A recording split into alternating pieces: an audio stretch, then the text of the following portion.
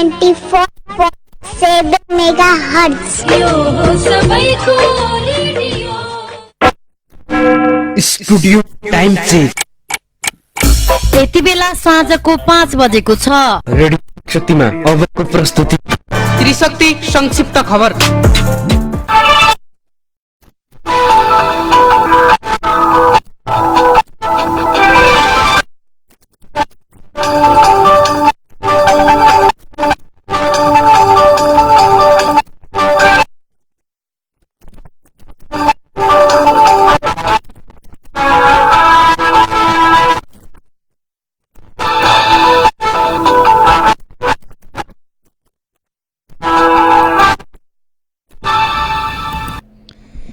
Radio त्रिशक्ति FM 94.7 मेगाहर्जबाट प्रसारण भइरहेको साँझ 5 बजेको त्रिशक्ति संक्षिप्त खबरबाट बिन्दिया स्वाहाको नमस्कार। कैलालीमा अनियन्त्रित भई ट्रक दुर्घटना भएको छ। जिल्लाको घोडाघोडी नगरपालिका वडा नम्बर 5 र 10 को वडा सिमानामा पर्ने कन्द्रा नदीको पश्चिम किनारामा शनिबार ट्रक दुर्घटना भएको प्रहरी चौकी पहलमानपुरले जानकारी दिएको छ। पश्चिमबाट पूर्वतर्फ गइरहेको ना 5 का 19-20 नम्बरको ट्रक अनियन्त्रित भई दुर्घटना भएको हो। गाडीको सकर बिग्रेर ट्रक दुर्घटना भएको प्रहरीले बताएको छ। ट्रक दुर्घटनामा मानवीय क्षति भने नभएको प्रहरी चौकी पहलमानपुरले जानकारी दिएको छ। प्रहरीको अगुवाईमा शनिबार घोडाघोडी ताल क्षेत्रमा सरसफाई गरिएको छ। सामुदायिक प्रहरी साझेदारी कार्यक्रम अन्तर्गत इलाका प्रहरी कार्यालय सुखटको अगुवाईमा घोडाघोडी ताल क्षेत्रमा रहेको घोडाघोडी र मौनेल मन्दिरमा सरसफाई गरिएको हो। कार्यक्रममा इलाका प्रहरी कार्यालय सुखटका प्रमुख प्रहरी नायब उपरीक्षक सागर बोहरा, घोडाघोडी उद्योग वाणिज्य संघका अध्यक्ष, ट्याङ्ना सामुदायिक वनका अध्यक्ष, गुरुकुलका शिक्षक तथा विद्यार्थीहरूको सहभागिता रहेको थियो। प्रहरीले समुदायमा हाम्रा प्रहरी हामीसँग भन्ने नाराका साथ नागरिकसँग हातेमालो गर्दै जनचेतनामूलक तथा विभिन्न सामाजिक क्रियाकलाप गरिरहेको प्रहरी नायब उपरीक्षक सागर बोहराले जानकारी दिनुभयो। जिल्ला प्रहरी कार्यालय बझाङको हिरासतमा 77 वर्षीय एक वृद्धाको मृत्यु भएको छ। कर्तव्य ज्यान मुद्दामा कार्तिक 20 गतेदेखि हिरासतमा रहेकी केदारेसु गाउँपालिका 2 महर गाउँकी कृष्णा देवी राउलको शनिबार बिहान मृत्यु भएको हो। कर्तव्य ज्यान मुद्दामा कार्तिक 20 गतेदेखि हिरासतमा रहेकी राउलको बिहान हिरासतमै अचेत भई अस्पताल पुर्याएपछि डाक्टरले मृत घोषणा गरेको जिल्ला प्रहरी कार्यालय बझाङका प्रहरी प्रमुख ज्ञान बहादुर विष्टले बताउनुभयो। मृतक राउल र उनका छोरा जय बहादुर राउल बुहारी हत्याको आरोपमा हिरासतमा रहेका थिए। 7औं नेपालगञ्ज म्याराथनको उपाधि सशस्त्र प्रहरी बल एपीएफका कर्णसिंह बोगटीले जितेका छन्। नेपालगञ्जको सुर्खेत रोडमा शनिबार बिहान भएको म्याराथनमा उनले 2 घण्टा 29 मिनेट 41 सेकेन्डमा 42 किलोमिटर पूरा गरी उपाधि हात पारेका हुन्। यो सँगै उनले 1 लाख रुपैयाँ पुरस्कार जितेका छन्। किरण शाहको गत संस्करणमा समेत स्वर्ण पदकधारी खेलाडी हुन्। यस्तै नेपाली सेनाका नरेन्द्र रावलले 2 घण्टा 33 मिनेट 28 सेकेन्डमा म्याराथन पूरा गरेर दोस्रो स्थान हासिल गरेका छन्। उनले 50,000 नगद पुरस्कार पाएका छन्। यसैगरी नेपालगञ्ज हाफ म्याराथनको उपाधि सन्तोषी श्रेष्ठले हात पारेकी छन्। 1 घण्टा 18 मिनेट 48 सेकेन्डमा हाफ म्याराथन पूरा गरेकी उनले 51,000 पुरस्कार पाएकी छन्। उनी पनि 13औं सागमा 10 किलोमिटरतर्फ स्वर्ण विजेता खेलाडी रहेकी छन्। एपीएफकी पुष्पा भण्डारीले 1 घण्टा 19 मिनेट 18 सेकेन्डमा दौड पूरा गरेकी छन्। नेकपा एमालेले 10औं महाधिवेशनको प्रचारका लागि आज पार्टी मुख्यालय थापाथलीबाट बेलुन उडाएको छ। पार्टीका महासचिव ईश्वर पोखरेलले बेलुन उडाएका हुन्। बेलुनमा 10औं राष्ट्रिय महाधिवेशन अंकित लोगो र पार्टीको चुनाव चिन्ह सूर्य रहेको छ। कार्यक्रममा एमाले सचिव योगेश भट्टराई, केन्द्रीय सदस्य सूर्य थापा, सुजिता साके लगायतको उपस्थिति रहेको थियो। आज युवा संघ नेपालले महाधिवेशनको प्रचारका लागि काठमाडौँमा मोटरसाइकल र्याली गरेको छ। संघका अध्यक्ष किरण पौडेलले ललितपुरको बालकुमारीबाट सुरु भएको र्याली लगनखेल, जावलाखेल, माइतीघर, बिजुली बजार हुँदै बानेश्वर पुगेको जानकारी दिएका छन्। महाधिवेशन यही मङ्सिर 10 गतेदेखि 12 गतेसम्म चितवनमा हुँदैछ। महाधिवेशनमा 1179 प्रतिनिधि सहभागी हुने अनुमान गरिएको छ। नेकपा समाजवादीका अध्यक्ष माधव कुमार नेपालले आफ्नो पार्टीबाट सरकारमा सहभागी भएका मन्त्रीलाई कुनै पनि गलत काम नगर्न निर्देशन दिएको बताएका छन्। राष्ट्रिय स्वास्थ्य कर्मी संघ नेपालद्वारा मध्यपुर थिमीको बोडेमा आयोजित 2 दिने राष्ट्रिय भेलाको आज अन्तिम दिनका कार्यक्रममा उहाँले आफ्ना मन्त्रीलाई भ्रष्टाचारबाट मुक्त भएर काम गर्न निर्देशन दिएको र गलत गरे कारबाही गर्ने जानकारी गराएको बताएका हुन्। उहाँले सरकारमा रहेका आफ्ना मन्त्रीले कुनै पनि गलत काम गरेमा कारबाही गरेर फिर्ता बोलाइने बताउँदै शिक्षा र स्वास्थ्यमा ज्यादै मुनाफा हुने गरी निजीकरण गरिएकोले सरकारले त्यसलाई निरुत्साहित गरी जनताको सेवामुखी भएर काम गर्नुपर्नेमा जोड दिनुभयो। स्वास्थ्य क्षेत्रमा भएका गलत कामलाई सुधार्न र विगतदेखि समस्या झेल्दै आएका कर्मचारीको समस्या समाधान गर्न स्वास्थ्य मन्त्री प्रतिबद्ध भएर काममा लागेको छ उहाँले बताउनुभयो। भारतीय योग गुरु रामदेव बाबाले नेपाल वैदिक सनातन एवं धार्मिक संस्कृतिले धनी अद्वितीय देश हो भन्दै आफूले यहाँको धार्मिक तथा आध्यात्मिक पर्यटनको भारतमा निशुल्क प्रचार गर्ने बताएका छन्।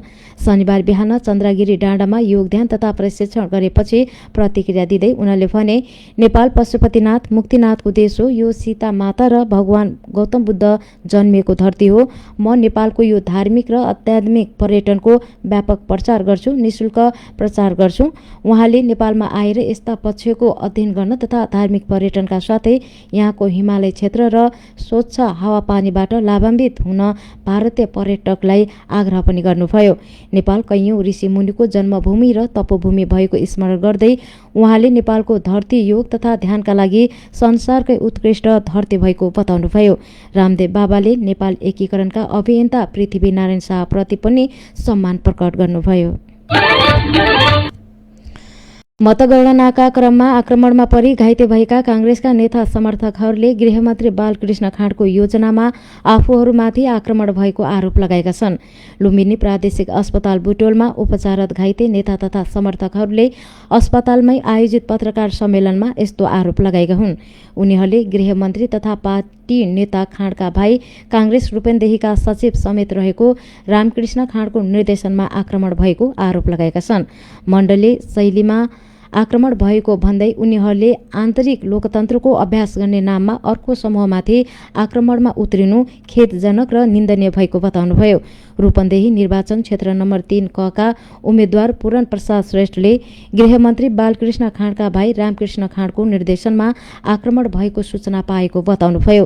तरुण दल रूपन्देहीका अध्यक्ष सोमबहादुर गुरुङको नेतृत्वमा आएको समूहले कांग्रेस नेता शैलेश पन्तमाथि सांघातिक आक्रमण गरेको बताउँदै उहाँले सत्ता र शक्तिको आडमा गुण्डा परिचालन गरेर चुनाव आफ्नो पक्षमा पार्न कोसिस गरिएको बताउनुभयो। राति मतगणना चलिरहँदा देउबा पक्षका कार्यकर्ता पुगेर जेनेरेटर बन्द गरी आक्रमण थालेका थिए। आक्रमणमा प्रदेश निर्वाचन क्षेत्रका सचिव पदका उम्मेद्वार पन्त सहित 5 जना कार्यकर्ता घाइते भएका छन्। गम्भीर घाइते पन्तको लुम्बिनी प्रादेशिक अस्पतालमा उपचार भइरहेको छ भने अन्य 4 जनाको भीम अस्पताल भैरवामा उपचार भइरहेको छ। निर्वाचनमा पराजित हुने डरले देउबा पक्षले आक्रमण गरेको पौडेल पक्षको आरोप रहेको छ र कांग्रेस रूपन्देहीका सचिव रामकृष्ण खाँडले आफ्नो संलग्नताको आरोप अस्वीकार गर्दै मतगणना स्थलमा नभई बाहिर झडप भएको र यो विषयलाई गृह मन्त्रीसँग जोड्न आवश्यक नरहेको पनि बताउनुभयो। जनता समाजवादी पार्टी नेपालले पार्टीका सांसद प्रदीप यादवलाई सोधेको स्पष्टीकरणको बारेमा छलफल गर्ने भएको छ। जसपाले कार्तिक 11 गते प्रदीप यादवलाई स्पष्टीकरण सोधेको थियो। यादवले स्पष्टीकरणको जवाब पार्टीलाई बुझाइसकेका छन्। मन्त्री नपाएको भन्दै प्रदीप यादवले जिल्लादेखि केन्द्रसम्म पार्टीको विरुद्ध आन्दोलन गर्न लगाएको आरोप उनीमाथि रहेको छ। सोही बारे यादवलाई 7 बुँदे स्पष्टीकरण सोधिएको थियो। स्रोतका अनुसार जवाफमा यादवले आफूमाथि लगाएका सबै आरोपहरू अस्वीकार गरेका छन्। यादवले आफू कुनै पनि आन्दोलन नगराएको तथा पार्टीको पद्धति र प्रक्रियामा रहेर काम गरिरहेको दावी गरेका छन्। पार्टीका अन्य कुनै पनि नेता तथा कार्यकर्ताले कसैको नाम लिएर आन्दोलन गरे त्यसको जिम्मेवार आफू नहुने पनि उहाँले बताएका छन्। पार्टीको अनुशासन विपरीत आफूले कुनै पनि कार्य नगरेको, पार्टी कार्यालय तोडफोड, पार्टी अध्यक्षको पुतला जलाउने लगायतका कार्यमा आफ्नो कुनै पनि संलग्नता नरहेको पनि यादवले दावी गरेका छन्। कार्यालय प्रमुख प्रकाश अधिकारीका अनुसार सांसद यादवले दिएको जवाबको बारेमा पार्टीमा छलफल भइरहेको र भोलि बस्ने कार्यकारिणी समितिको बैठकले त्यसलाई टुङ्गो लगाउने बताउनुभयो। नेपाल बार एसोसिएसनले देशव्यापी आन्दोलनको घोषणा गरेको छ। शुक्रबार बसेको बैठकले प्रधान न्यायाधीश चोलेन्द्र शमशेर राणाको राजीनामा नआएसम्म चरणबद्ध आन्दोलन गर्ने निर्णय गरेको हो। बार महासचिव लीलामणि पौडेलले आन्दोलनका कार्यक्रमबारे शनिबार विज्ञप्ति जारी गरी जानकारी गराएका छन्। हामीले अदालतभित्र अत्याधुनिक हात हतियार सहितका दंगा प्रहरी प्रवेश गराउने र कानून व्यवसायमाथि बर्बर आक्रमण गर्ने कार्यको निन्दा र भत्सना गर्दै आन्दोलनका कार्यक्रम तय गरेका छौं, महासचिव पौडेलले भन्नुभयो। आन्दोलनका कार्यक्रम अनुसार आइतबार बन्दी प्रत्यक्षीकरण बाहेकका कुनै पनि मुद्दामा बहस पैरवी नगर्ने बारको निर्णय रहेको छ। अदालतभित्र दंगा प्रहरीको प्रवेशको विरोध स्वरूप यो कार्यक्रम गरिने पौडेलले बताउनुभयो। सोमबार 10 बजेदेखि 12 बजेसम्म देशभरका अदालतमा हातमा कालो पट्टी बाँधेर धरना, विरोध सभा गर्दै आएकोमा निरन्तरता दिने, केन्द्रमा संसदमा रहेका सबै राजनीतिक दलका संसदीय दलका ज्ञापन पत्र बुझाउने कार्यक्रम रहेको छ। मंगलबार हद म्याद गुज्रिने अवस्थाको अन्तिम म्यादको बाहेक कुनै पनि अदालत न्यायाधिकरणहरूमा फिराद, प्रत्युत्तर, पुनरावेदन, रिट, लिखित जवाब, बहस नोट केही पनि दर्ता नगराइने बारेको निर्णय रहेको छ। यसैगरी बारले बुधबार नेपालका 18वटा उच्च अदालत तथा उच्च अदालतका इजलास रहेका स्थानमा बृहत विरोध सभा आयोजना गर्ने निर्णय गरेको छ। त्यस्ता कार्यक्रममा नेपाल बारका केन्द्रीय प्रतिनिधि पर्यवेक्षक रहने भएका छन्। मंसिर 10 र 11 गते बारले काठमाडौँ उपत्यकाका सबै बार इकाइका सदस्यहरूको सहभागितामा सर्वोच्च अदालत केन्द्रित विरोध कार्यक्रम गर्ने भएको छ। यसैगरी मंसिर 24, 25 र 26 गते पोखरामा हुने भनिएको राष्ट्रिय सम्मेलन स्थगित गरेको पनि बारले जनाएको छ। राष्ट्रपति विद्यादेवी भण्डारीले स्वच्छ विद्युतीय ऊर्जाको प्रयोग गरेर मुलुकलाई आत्मनिर्भर बनाउन सकिने बताएकी छन्। राष्ट्रपति भण्डारीले नेपालको राजधानी काठमाडौँलाई नमुना योग्य बनाउन विद्युतीय सवारी साधन सञ्चालन गर्नुपर्नेमा जोड दिएकी हुन्। उहाँले पेट्रोलियम पदार्थले मुलुकमा थोपारेको भारलाई कम गर्न, वायु प्रदूषण कम गरी स्वच्छ र सफा काठमाडौँ बनाउन पनि विद्युतीय सवारी साधनको प्रयोग अति आवश्यक भएको स्पष्ट पार्नुभयो। शनिबार काठमाडौँको स्वयम्भू परिसरमा पुनर्निर्माण गरिएको ज्ञानमाला भजन खल भवनको उद्घाटन गर्दै राष्ट्रपति भण्डारीले मुलुकको आत्मनिर्भरताको निम्ति काठमाडौँ उपत्यकालाई नमुना योग्य बनाउनका लागि स्वच्छ विद्युतीय ऊर्जाको प्रयोग अति उपयोगी हुने स्मरण गराउनुभयो। राष्ट्रपति भण्डारीले काठमाडौँ उपत्यकामा बढिरहेको प्रदूषणलाई कम गर्न इटा भट्टाहरूमा पनि विद्युतीय ऊर्जाहरूको उपयोग गर्न ढिलाइ गर्न नहुनेमा जोड दिएकै थिइन्। उहाँले सिमेन्ट उद्योगहरूमा विद्युतीय ऊर्जाको प्रयोग गरेर पनि नेपाललाई परनिर्भरताबाट आत्मनिर्भरतातर्फ अघि बढाउन सकिने बताउनुभयो।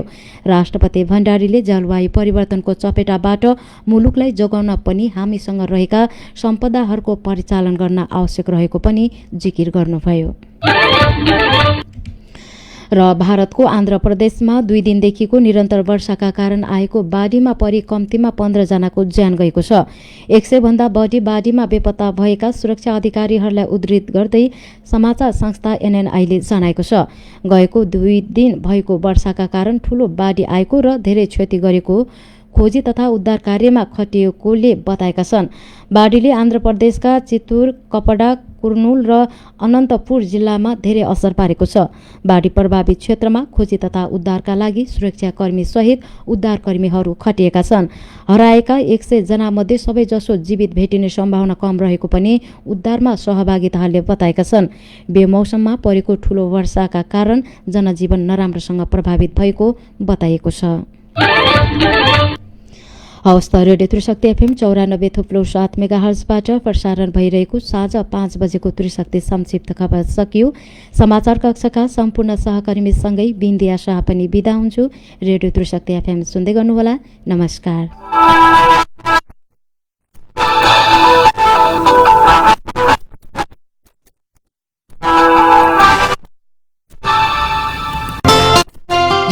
त्रिशक्ति एफएम 94.7 मेगाहर्ज